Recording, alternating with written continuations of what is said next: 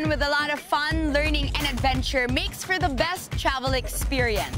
Kahit saan ako magpunta, basta't palaging good vibes at ma-share ko sa inyo ang lahat ng mga napupuntahan, nakikita at natututunan ko, okay na okay na. I'm Andy Eigenman and I'm here to prove to you that there are no excuses for discovery, for travel, and in enjoying life. Kaya samahan niyo akong sulitin ang aking free time in and around the Philippines. Excited na ba kayo? Mag-empake na kayo ng very light.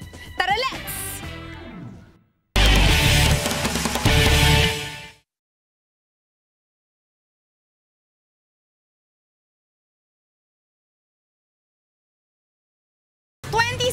Was such an amazing year for all of us. At syempre, ang dami nating mga fun adventures na nagawa. At ngayong bagong taon, ang una nating destinasyon ay isa sa 7 wonder cities of the world. We are now in Vegan City! Excited na talaga ako mag-explore dito sa Vegan City dahil alam naman nating lahat kung gaano sila kayaman sa kultura at syempre, kung gaano kasarap ang kanilang mga pagkain. Tara, let's!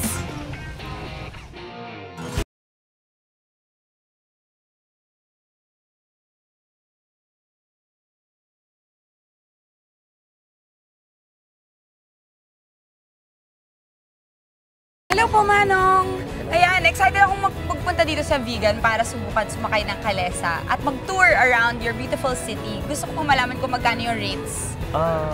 150 per hour, ma'am, pag sumakay yung mga ipapasyal namin. 150 per hour? Usually ba yung isang oras na yun na naikot na natin lahat? Ay, depende sa katagal niyo sa isang lugar. Maaari mo ba kaming iikot dito sa Vegan? Opo, ma'am, opo. Okay. Kami ang bahala sa inyo. Oh, ayan. Tara, let's!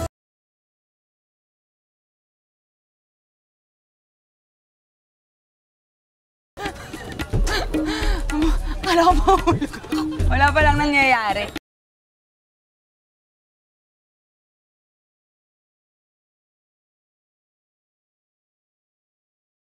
First time ko dito sa Vegan na naaalala ko na dati pumunta kami dito ng mami ko nung bata pa ako. Nag-shoot siya ng pelikula niya. Pero syempre, wala na akong memory. Ngayon lang ako nakapunta dito na talagang malaki na ako tapos na-appreciate ko na yung culture. And syempre, being that half Spanish ako, nakakaaliw. Ito daw yung lugar na to, puro mga lumang bahay, noong mga panahon pa ng mga Kastila, nakatayo na sila. Kaya ganun yung itsura.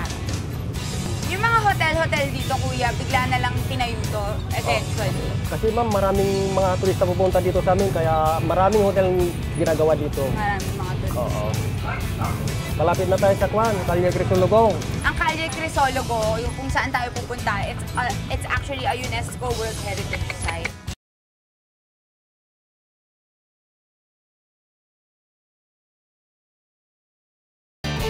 Ito na tayo sa Calle Crisologo. So siya nga talaga yung parang strip na talagang makaluma lahat, no? Oo, nakarating na tayo, ma'am, dito sa Calle Crisologo. Luma-luma talaga pati yung restaurant to. Talaga, ma'am. Meron pang mga souvenir shop. So dito sa Calle Crisologo, maraming mga souvenir shop pa rin. Kuya, pwede tayong mag-park muna dito? Diyan na lang tayo, ma'am, diyan. Sige.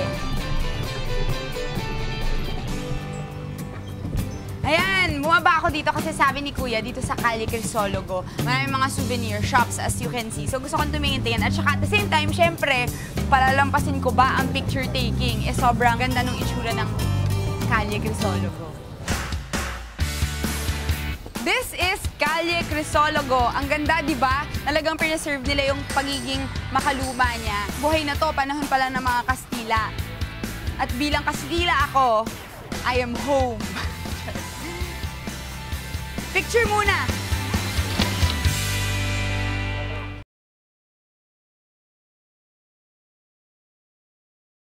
So, wait lang. Ang dami ko magiging pictures dito, syempre.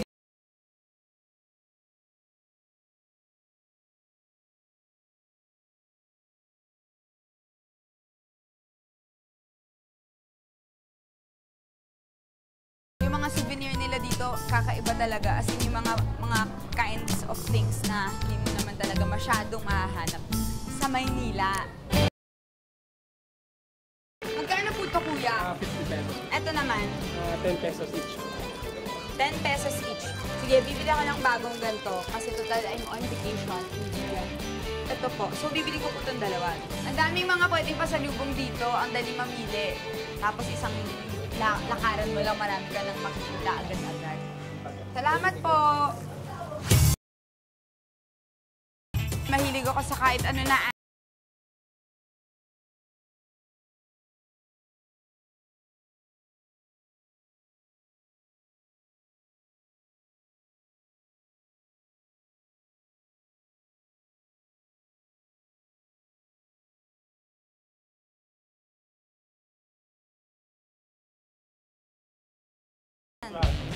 Ay, wait, I think I know this.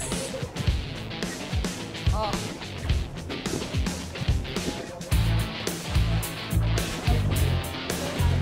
Ayun. Asiyaw lang pala. May ganito kami sa bahay. Sa bahay ng nanay ko. Ang naalala ko lang na marami kaming mga kung ano-anong souvenir na bili. Isa na rin yun, dun yung sungka. Tsaka to, gantong-ganto mismo. Pag pumunta ka talaga dito sa Calle Crisologo, kailangan may dala-dala ka talagang budget kasi hindi siguro pwede na hindi ka talaga bibili.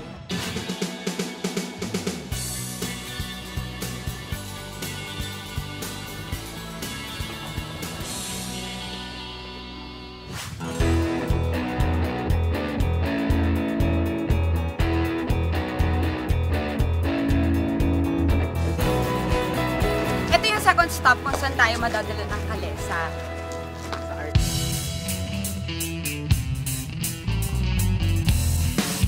Ayun yung bell tower, oh! Ang ganda! Tara, let's! Dun tayo! Gusto ko magpa-picture. Dami tayo mga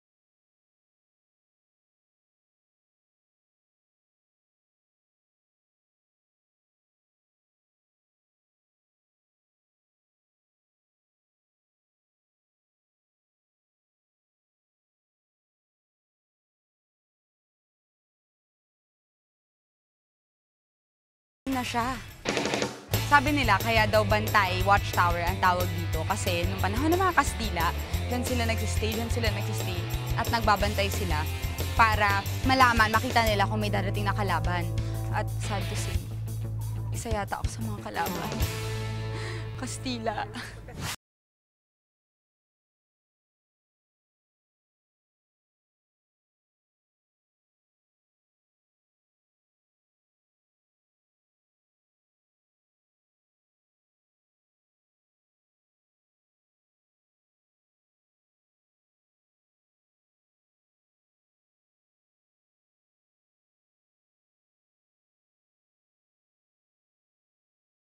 Tinawag siyang bell tower.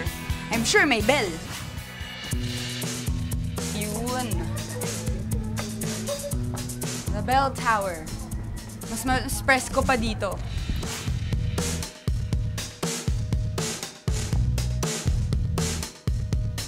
Oh, ayan. Ngayon naman, check natin kung saan naman tayo dadali ni Manong Mario next. Tara, let's! Oh, ngayon palabas na ulit tayo. Balikan natin yung mga nadaanan natin kanina. Mukhang maraming masasarap.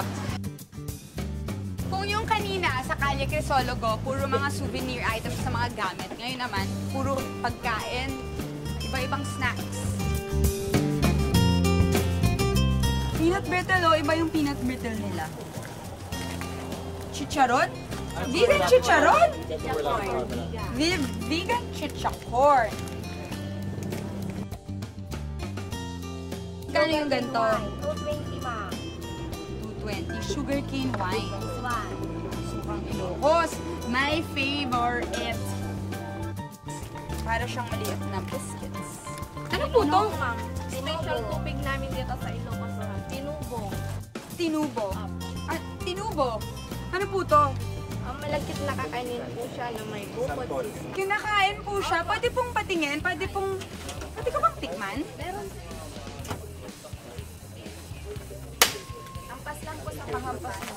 Ay, ang astig. Aray.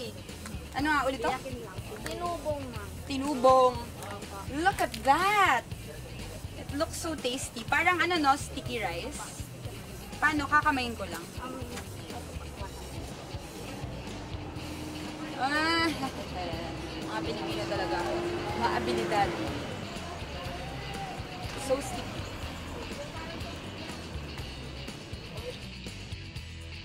Bibili ako nito. Magkano po? 100 per bundle po. 100 per bundle. Bili tayo ng 3 bundle. It's so yummy! Grabe! O tara na! Ubus ko na mag-isa ko to.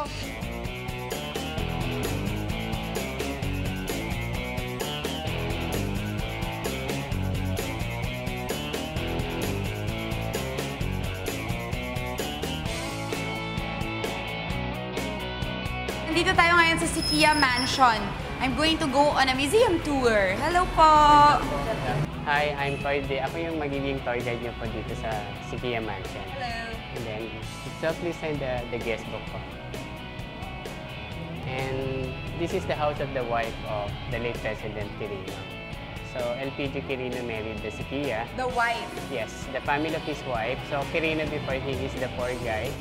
And then his wife is the prominent family in Vigan. Ito yung huling evolution na sinasabi nila, bahay ng mga mayayaman. Okay, tara So, let's! Tara let's! So, akit tayo sa taas Bakit po. pala? So, ito yung grand staircase. Sinasabi, ang pagkakaalam ko po, ito parang yung, itong Sikia Mansion, siya yung parang Malacanang. Yes yung po. panahon na si Elpidio Quirino pa yung nakaupong Pangulo. Yes po, kasi ang Vigan is a coastal, so malayo so dito sa Manila. So that when they come before, so the mansion known as the one they call Malacanang of the North. Okay. And this is- Malacanang of the North. Yes po, ito yung part ng bahay na sinasabi nila nung araw is antesala.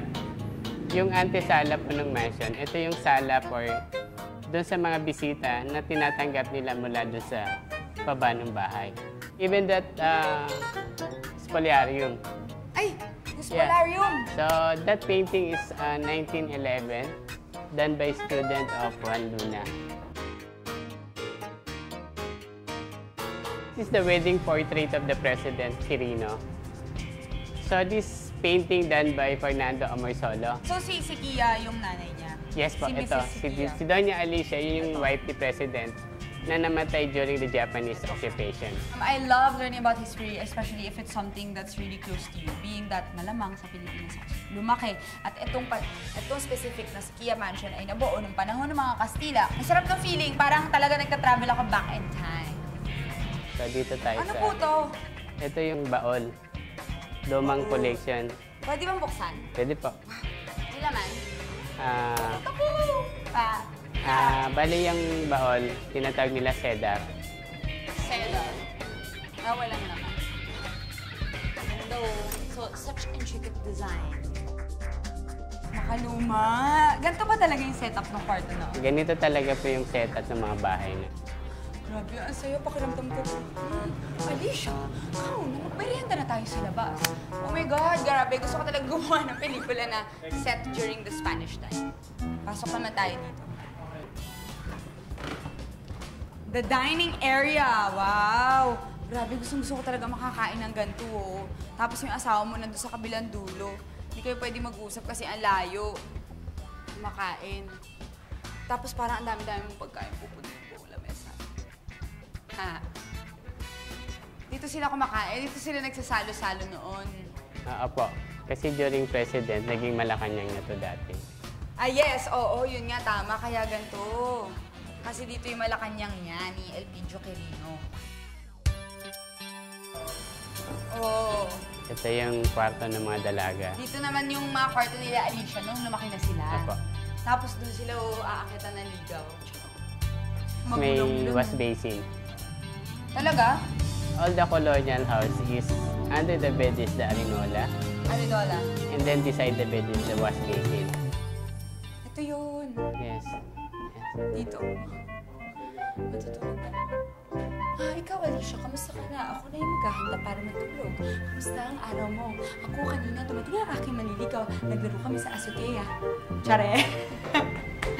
Dami-dami kong sinasabi. I'm so having so much fun.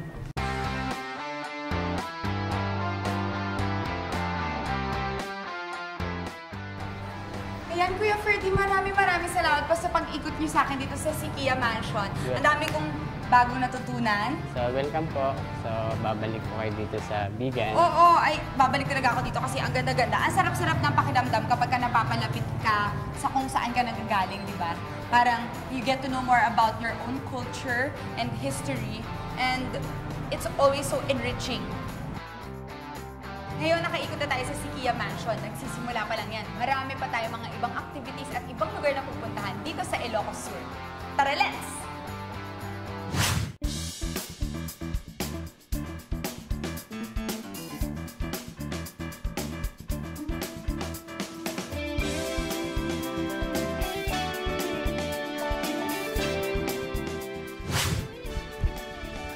Nandito pa rin tayo sa Ilocos Sur at syempre kailangan nating bisitahin ang isa sa mga pinakasikat na lugar na pinupuntahan ng mga pamilya, lalong-lalo na kapag kami mga kasamang bata. Namimiss ko tuloy si Ellie. Nandito tayo ngayon sa Baluarte Zoo. Tara, let's! Hi! Hello! So, ako po yung magiging tour guide niyo for today. I'm Genevieve Tabuac po. So, itong Baluarte Zoo was built since 1991 pero rest house pa lang po ni Sir Chavitman. 2001 po siya nag-start naging zoo. So, puntahan po natin yung mga tiger po. Yay! I'm so excited!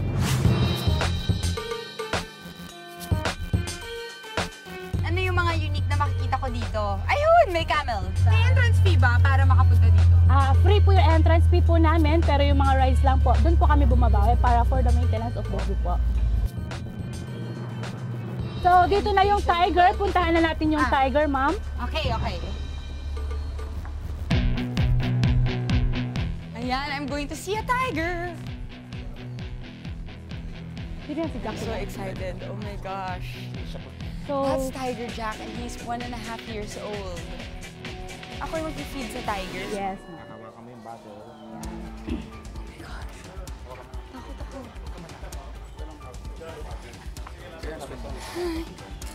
Oh my gosh. Oh my gosh. Oh my gosh.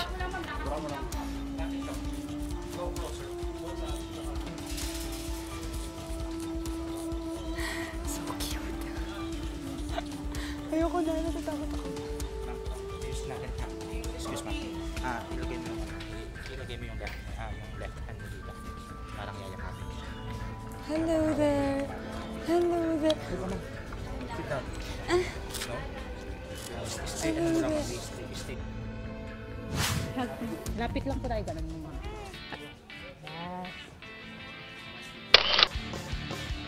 Ito po yung pinamalaking albino python po namin. This is the biggest I've seen. Ito po yung native Palawan bear cat po natin. Oh my God, sobrang cute niya.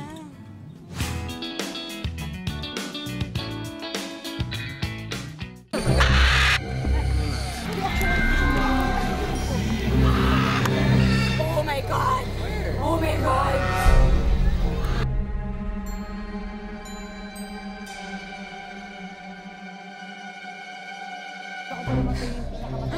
Natatawa ako. Siyempre, malayo pa lang, narinig ko na, tumakbo na ako, di ba?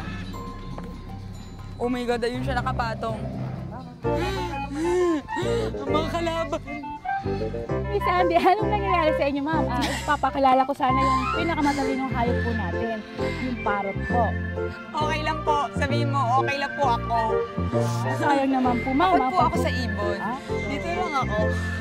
Ayaw niyo po Takot i-try, talaga ma'am. ako, ate.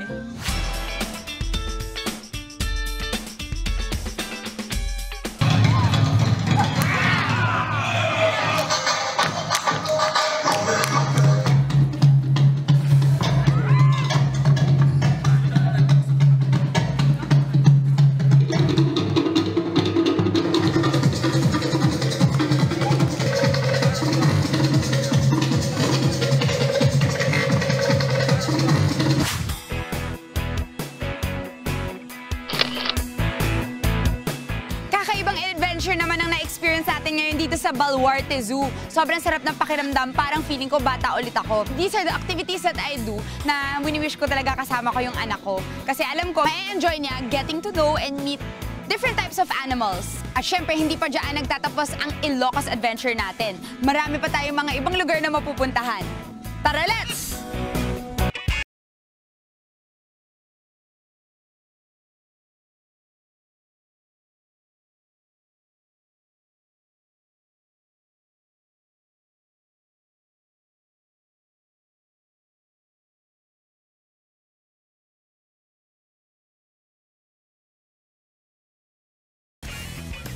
Parang any moment na dadating yung mga Guardia Civil, tapos papauwiin ka niya kasi curfew mo na.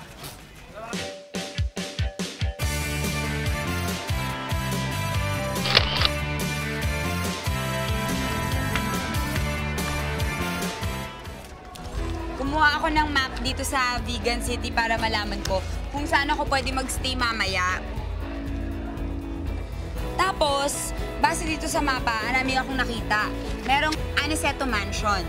Nag-range siya from 1,700 to 5,000 pesos a night kung gusto nyo magstay doon. Kung gusto nyo mas magtipid, meron tayong El Rivas Residences na 750 pesos lang to 1,500 pesos a night. Pero ako, parang sa tingin ko yung sistayan ko, yung Hotel Felicidad, kasi siya yung pinakamalapit dito sa Calle Crisologo. So, since ito yung pinaka-favorite place ko, para pagkagising ko, pagbaba ko, paglabas ko, di ba? Nandito ka na, madali makahanap ng kakainan, ng kung gusto ko mamili pa ng pasalubong, nandiyan lang sila, pwede ko balik-balikan. Check na natin yung Hotel Felicidad. Tara, let's! Ito na yung Hotel Felicidad. Dito yung pinili kong sistayan. Tara, pasok tayo. Tignan natin kung may available na kwarto. Good evening, ma'am. Welcome to Hotel Felicidad po. Hello. Gusto ko malaman kung may available na rooms dito. Yes, ma'am. Meron po kami available room po, ma'am. Pwede po malaman kung magkano. Yes, ma'am. Ito po yung room rates po namin, ma'am. Pambaling standard room po namin, ma'am. Good for 2 packs po, ma'am, is 3,000 pesos po. And then yung superior room po namin, ma'am, is 3,850 pesos po. And then yung Nova Nueva po namin, 9,500. That's good for 9 po, ma'am.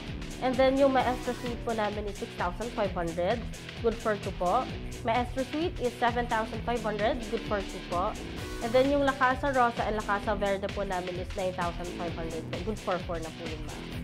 And meron din po kami shuttle service po, ma'am. Bali, yung 9-seaters po namin is 1,500 po, Yung ba ma'am. yung nakaparado sa Yes, labas? ma'am. Yung vintage car po, ma'am. Siyempre, doon lang ako sa standard room kasi mag-isa lang ako. Yes. Okay, mag-check-in ako ngayon at papasok na ako sa room ko para makapag-freshen up at pahinga. And then, kain tayo. Excited na kayo sa part na yan. Tara, let's!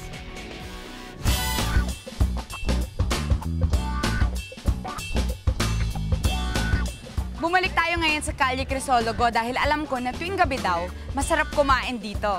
Tara, let's!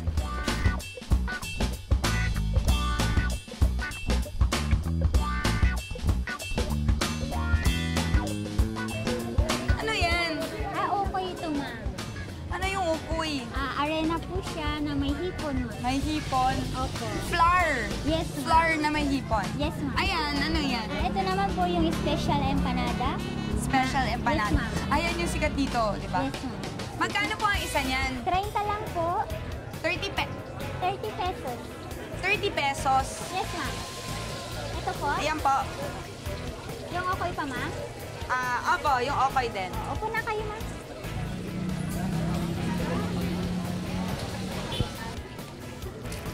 So, sausawan daw yung Yes, ma'am. sukang Ilocos dito.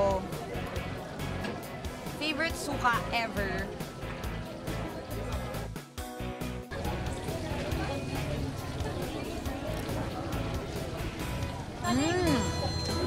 Kahit anong pagkain na nilalagyan itong sukang Ilocos, sarap. First time ko makakain ng special empanada. Ito naman, ukoy. Ang sarap. 30 pesos lang to. Kaya pala sikat na sikat to, no? Talagang yung pangalan pa nung lugar, Empanadaanan. So witty. And that's like the beginning. Dito sa Ilocos, isa pang sikat na pagkain ay ang tinatawag na sinanglaw. Hindi ko talaga alam kung ano yon, pero nandito ako para tikman siya. Dito ba meron pong sinanglaw? Meron po, ma'am. Dito po, ma'am. Dito. Ito po yung sabaw niya. At ito yun po yung siya. laman. Beef. Yes, ma'am. Beef. Baka po siya, ma'am. Sige po, tikman natin yan. Magkano po ang isang order? 60 pesos po for serving namin dito sa plaza. 60 pesos. Okay, sige. Mukha siyang bulalo, no? Soup, tapos may beef, katulad ng bulalo. Pero walang nakitang gulay. I'm excited to try it and it smells so good. Okay. Bali, ang ihahalo po sa sinanglaw, ma'am, is ang eksaktong timpla po niyan is 2 kutsara po ng papait. Tapos konting-konti lang po sa suka. Ah, may ganito rin talaga. Apo, ma'am. O sige po, tikman ko muna ng wala.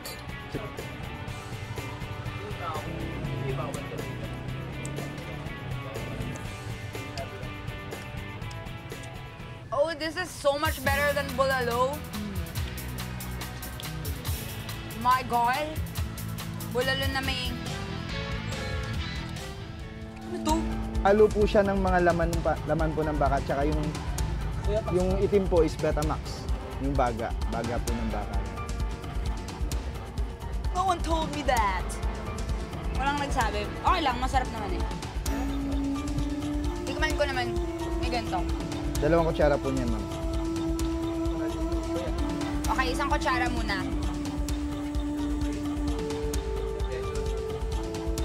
Masarap pa rin. Okay, ngayon, Yan po yung nasa loob ng 2 intestine. spoons. Ha? Malinis yan, ma'am. Luto 2 yan tapos spoons, nasala. just like kung ano yung sinabi ni Kuya. Ano nga ulit, Kuya? Yung nasa loob po ng intestine yan.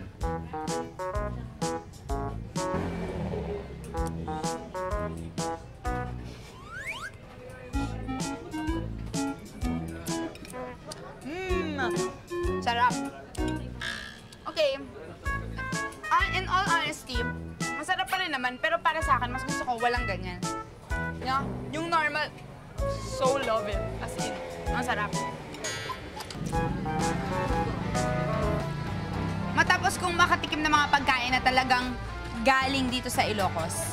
Ngayon, I can say that for foodies like me, it would be a real adventure sa palate nyo, sa panlasa nyo, pumunta dito at subukan lahat ng mga pagkain nila. Ako, kahit na it's foreign to my taste buds, sobrang na-enjoy ko talaga. Ang sarap nung empanada, ang sarap nung okoy, at itong sinanglaw. Sarap, sarap, sarap, sarap.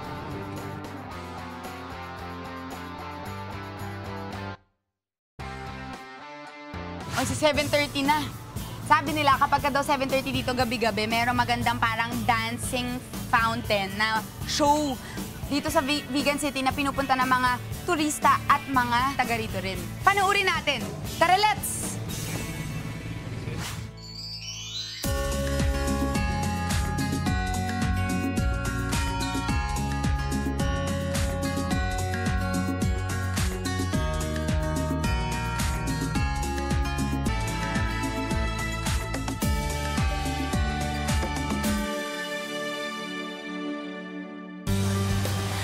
Grabe! Sobrang saya talaga dito sa Vigan! Pero hindi pa dito nagtatapos ang ating Ilocos Adventure. This 2017, sisiguraduhin natin na marami pa tayong travels and adventures together. Happy New Year!